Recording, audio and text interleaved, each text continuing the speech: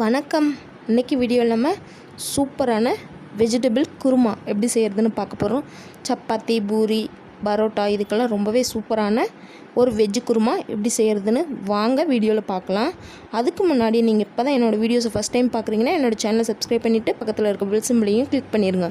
அப்போ தான் நான் அப்லோட் பண்ணுற ஒவ்வொரு வீடியோஸும் உங்களுக்கு நோட்டிஃபிகேஷனாக வந்து சேரும். நம்ம இன்றைக்கி குக்கரில் தான் குருமா செய்ய போகிறோம். அதனால் ஒரு குக்கர் அடுப்பில் வச்சு குக்கர் நல்லா சூடானதுக்கப்புறமா அதில் 3 டேபிள் ஸ்பூன் அளவுக்கு எண்ணெய் சேர்த்துக்கலாங்க. எண்ணெய் நல்லா சூடானதுக்கப்புறமா அதில் 1/2 டீஸ்பூன் அளவுக்கு சோம்பு, 1/2 டீஸ்பூன் அளவுக்கு ஜீரகம், இது கூட 2 கிராம்பு, இது கூட ஒரு சின்ன சைஸ் பட்டை, அப்புறம் பிரிஞ்சி இலை, இது எல்லாத்தையும் சேர்த்துட்டு லைட்டாக ஃப்ரை பண்ணி விட்டுருங்க. இது எல்லாமே நல்லா பொரிஞ்சதுக்கப்புறமா இது கூட நம்ம ஒரு கொத்து கருவேப்பிலையை சேர்த்துக்கலாங்க. இப்போ இது கூட நான் 150 கிராம் அளவுக்கு சின்ன வெங்காயத்தை உரித்து கட் பண்ணி எடுத்து வச்சுருக்கேன், அதை சேர்த்துக்கிறேன். சின்ன வெங்காயத்துக்கு பதிலாக நீங்கள் பெரிய வெங்காயம் கூட சேர்த்துக்கலாங்க, அதுவுமே டேஸ்ட் நல்லா தான் இருக்கும். சேர்த்துட்டு இந்த வெங்காயம் நல்லா கோல்டன் ப்ரௌன் கலர் ஆகிற வரைக்கும் நல்லா ஃப்ரை பண்ணி விட்டுருங்க. வெங்காயம் இந்த அளவு நல்லா கோல்டன் ப்ரௌன் கலராக வதங்கினதுக்கப்புறமா இதில் 1 டீஸ்பூன் அளவுக்கு இஞ்சி பூண்டு பேஸ்ட்டு சேர்த்துக்கலாங்க. இஞ்சி பூண்டு பேஸ்ட்டு சேர்த்துட்டு அதோட பச்சை வாசனை போகிற வரைக்கும் இதை நல்லா வதக்கி விட்டுக்கோங்க. இஞ்சி பூண்டு விழுதோட பச்சை வாசனை போனதுக்கப்புறமா இதில் ஒரு 2 பெரிய சைஸ் தக்காளியை கட் பண்ணி வச்சுருக்கேன், அதை சேர்த்துக்கலாங்க. பெரிய சைஸ் தக்காளிங்கிறனால 2 எடுத்துருக்கேன். மீடியம் சைஸாக இருந்துச்சுன்னா 3 தக்காளி எடுத்துக்கோங்க. சேர்த்துட்டு இந்த தக்காளி நல்லா மசிஞ்சு வர வரைக்கும் இதை நல்லா வதக்கி விட்டுக்கோங்க. இப்போது இந்த தக்காளி சீக்கிரம் வதங்கணுங்கிறதுக்காண்டி இதுக்கு கொஞ்சமாக உப்பு சேர்த்துக்கலாங்க. தக்காளி நல்லா மசிஞ்சிடணும், அப்போ தான் குருமா டேஸ்ட்டாக இருக்கும். தக்காளி இந்த அளவு நல்லா மசிஞ்சதுக்கப்புறமா இதில் நம்ம இந்த குருமாவுக்கு தேவையான மசாலா எல்லாம் சேர்த்துடலாங்க.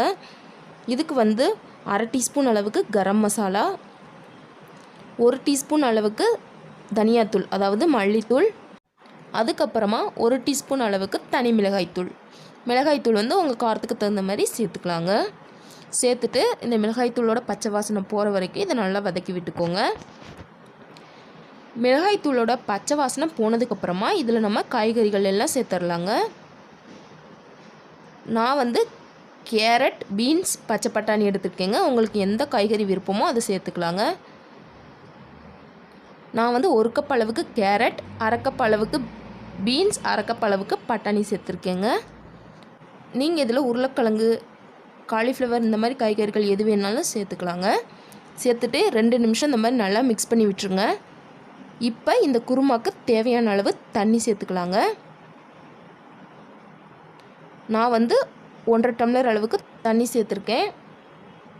உங்களுக்கு குருமா எந்த அளவு திக்னஸ் வேணும்னு நினைக்கிறீங்களோ அதுக்கு தகுந்த மாதிரி தண்ணி சேர்த்துக்கோங்க. அப்புறம் குருமாவுக்கு நல்ல ஒரு கலர் கொடுக்கறதுக்காண்டி 1/4 டீஸ்பூன் அளவுக்கு மஞ்சள் தூள் சேர்த்துக்கலாங்க. இந்த மஞ்சள் தூளை காய்கறிகளை வதக்கும் போதே சேர்த்துக்கோங்க, இன்னும் நல்லா கலர்ஃபுல்லாக இருக்கும் குருமா. தண்ணி சேர்த்து இது நல்லா கொதி வரணுங்க. அதுங்களாட்டி இதுக்கு ஒரு பேஸ்ட்டு தேவை, அதை அரைச்சி எடுத்துடலாங்க. அதுக்கு ஒரு மிக்சி ஜாரில் 1/4 மூடிக்கும் குறைவான அளவு தேங்காய் சேர்த்துக்கிறேங்க. இது கூட 2 டேபிள் ஸ்பூன் அளவுக்கு பொட்டுக்கடலைங்க. அது கூட 1/2 டீஸ்பூன் அளவுக்கு கசகசா. இது கூட கொஞ்சமாக தண்ணி சேர்த்து இதை நல்லா வலுவலுன்னு சூப்பர் பேஸ்ட்டாக அரைச்சி எடுத்துக்கோங்க.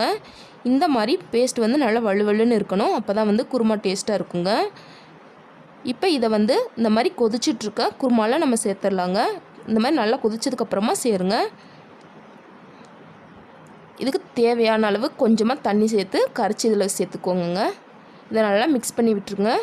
நம்ம ஏற்கனவே கொஞ்சமாக உப்பு சேர்த்துருக்கோம், அதனால இந்த குழம்புக்கு தேவையான அளவு உப்பு பார்த்துட்டு சேர்த்துக்கோங்க. உப்பு சேர்த்ததுக்கப்புறமா இப்போ நம்ம குக்கரை க்ளோஸ் பண்ணிடலாங்க. குக்கரை க்ளோஸ் பண்ணி விசில் போட்டு 5லேருந்து 6 விசில் விட்டு அடுப்பை ஆஃப் பண்ணிடுங்க. ப்ரெஷர் எல்லாம் ரிலீஸ் ஆனதுக்கப்புறம் பாருங்கள், ரொம்பவே சூப்பராக வீடே கம கமன்னு மணக்கிற அளவுக்கு ரொம்பவே சூப்பரான வெஜ் குருமா ரொம்பவே ஈஸியாக ரெடி ஆயிடுச்சு. கண்டிப்பாக இதே மாதிரியான ரொம்பவே சூப்பரான வெஜ் குருமாவை உங்கள் வீட்லேயும் ட்ரை பண்ணி பார்த்துட்டு எப்படி வந்துச்சுன்னு கமெண்ட் பண்ணுங்கள்.